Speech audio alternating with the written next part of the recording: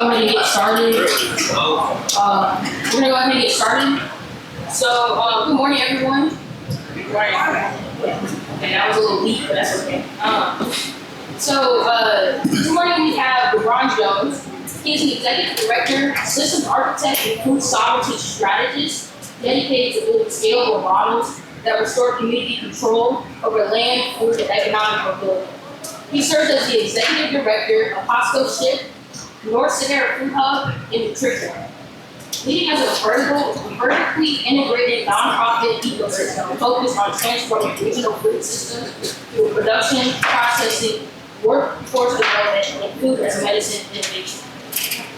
As the builder of North Sahara Food Hub, LeBron has helped establish infrastructure for food processing, packaging, cold storage, and distribution, creating pathways for emerging farmers and food entrepreneurs to access institutional and wholesale markets.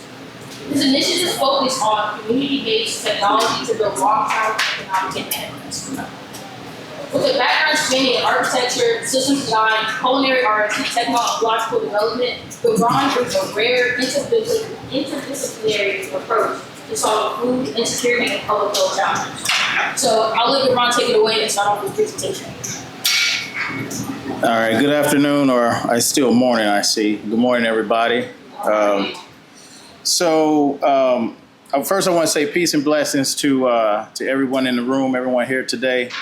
First, I want to thank Tuskegee University for having me. I've been back and forth here several times, so I appreciate the fact that they keep welcoming me back.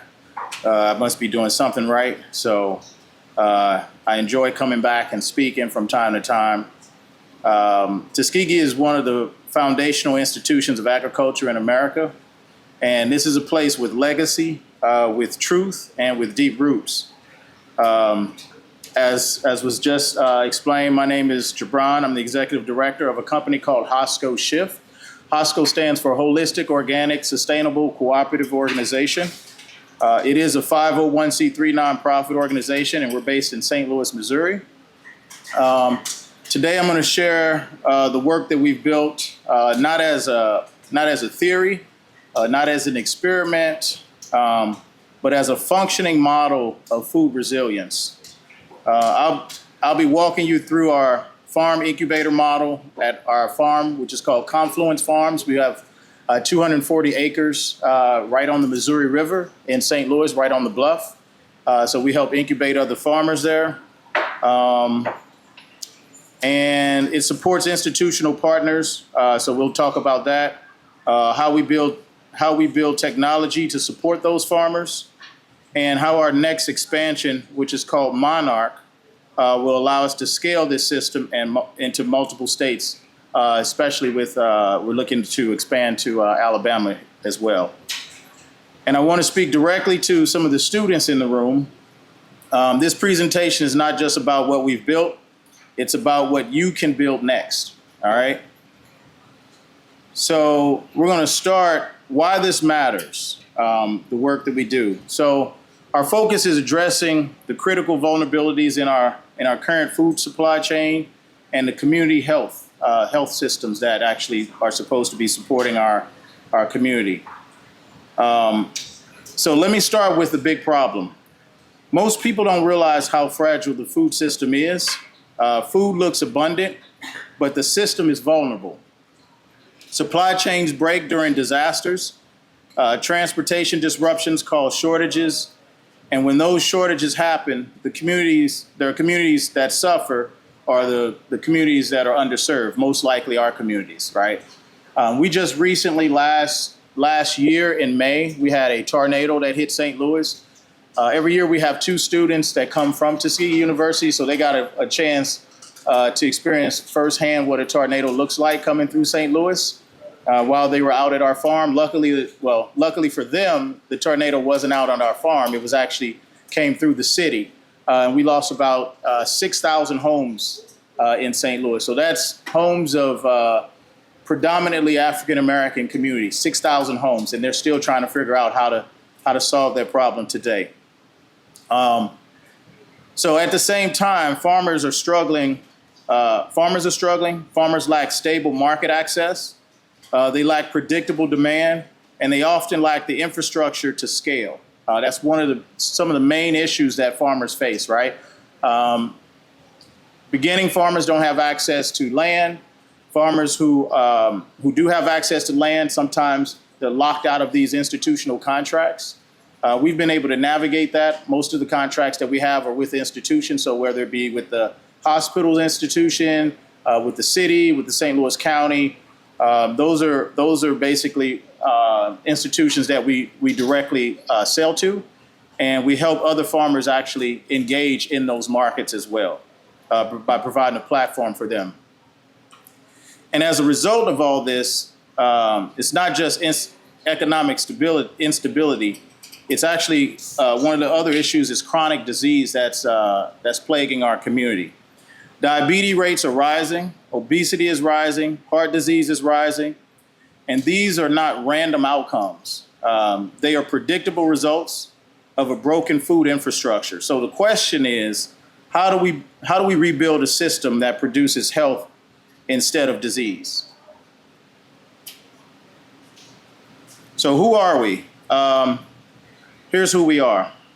Costco is a nonprofit food system organization. Our mission is to create food resilience and economic empowerment through vertically integrated food infrastructure. We provide preservative-free, high-quality meals, and we also provide produce to the surrounding community. We serve municipal programs and agencies on aging. I'm sure that there's agencies on aging that are down here. Every state has agencies on aging. That's who we normally contract with. We provide meals and produce to probably about 15 to 20 senior buildings in St. Louis. So on average, we do maybe about 2,000 to 3,000 meals a day. And those meals are created directly from the food that's grown at our farm. We support food banks, schools, and community organizations. But we don't stop at meal distribution. We also support underserved farmers by purchasing their produce directly, and we incubate other farmers out on our property. So this year we'll have about 15 farmers that'll be incubating out at our property. We don't charge them anything. We provide resources to them, whether it be seeds, land itself. It really depends on what your skill level is, right? So if you've never farmed before, we're not going to give you an acre. We might give you a few rows to start with, right? Once we see that you know what you're doing, or if you're coming into it and you know what you're doing, then we can give you a quarter acre, eighth of an acre, half acre. If you really know what you're doing, like we have farmers out there right now, every year they do 5 acres of garlic, just straight garlic. They don't do anything else, and they sell seed garlic. So as some of you guys might know, seed garlic is not like $12 a pound. It's like $20, $30 a pound. And I provided a platform for them to sell directly to this organization that's in Springfield or Mansfield, Missouri, called Baker Creek Heirloom Seed Company. How many of you have heard of Baker Creek? So Baker Creek is run by a gentleman by the name of Jared Gettle, who's one of our board members. Jared's a good friend of mine.